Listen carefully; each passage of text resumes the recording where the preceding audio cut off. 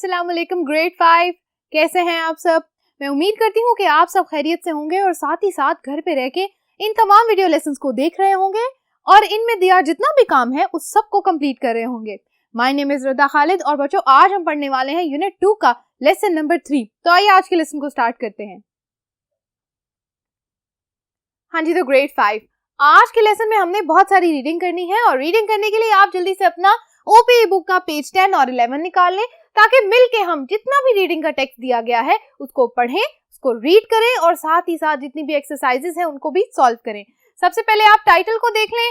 Reading का जो title हमारा है that is the lost cousin, यानी ऐसी कजन जो गुम चुकी है, जिसके बारे में कुछ भी नहीं पता, कहाँ चली गई, ये सब किसको नहीं पता। आइए देखते हैं। सबसे पहले तो आपने आना है एक्सरसाइज नंबर 1 की तरफ।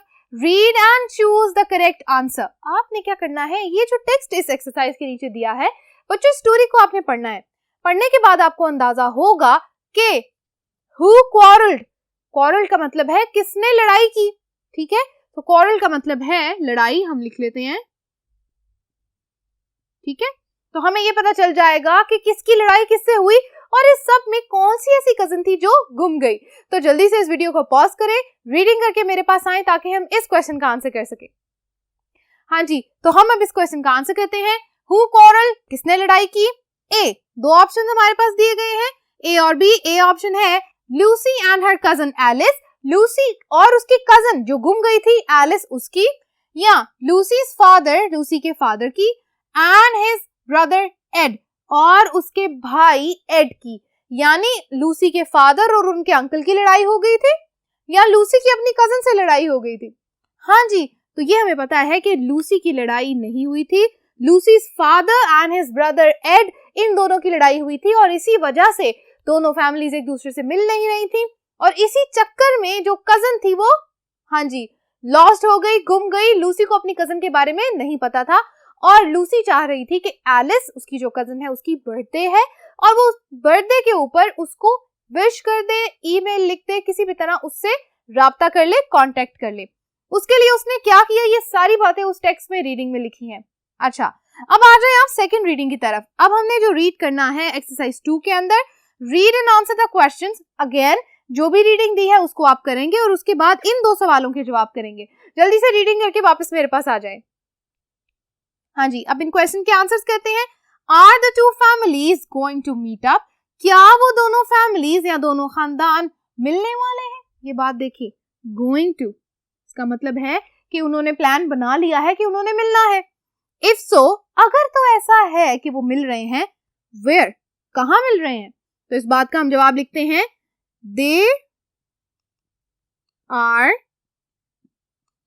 Going to meet on Sunday for lunch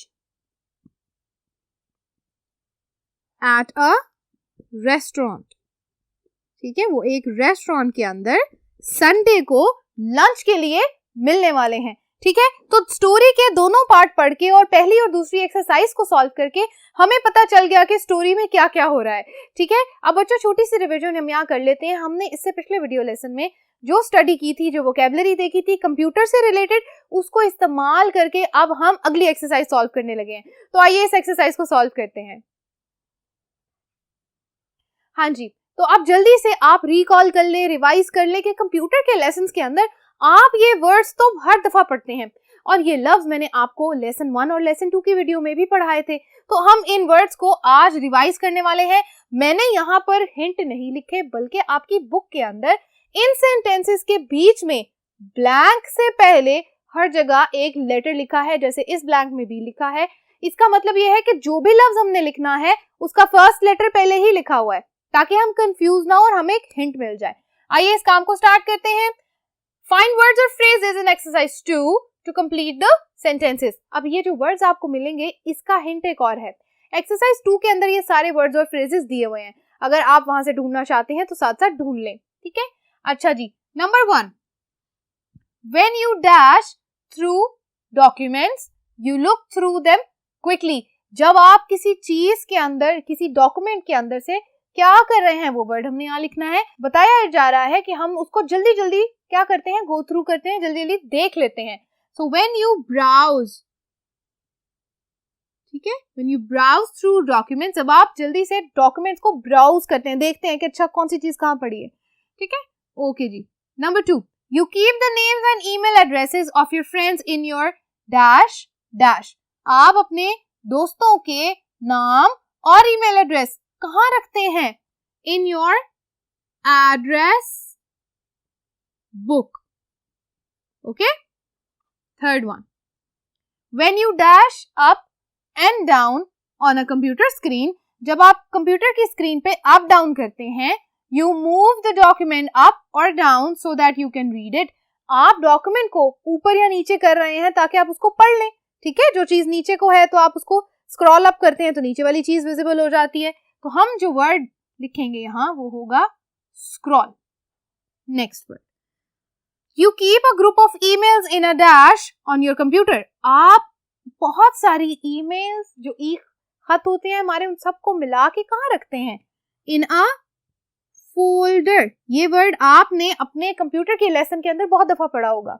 okay, alright. Number 5, if an email can not be delivered, अगर एक ईमेल डिलीवर नहीं की जाती, okay, it dash dash and returns to the sender, तो वो क्या हो जाती है? एक वर्ड यूज करते हैं हम, बाउंसेस बैक।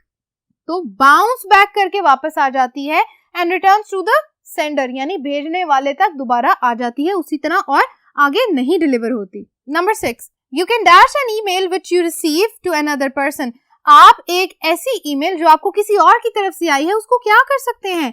F लिखा है तो हम लिखते हैं यू कैन फॉरवर्ड। ओके।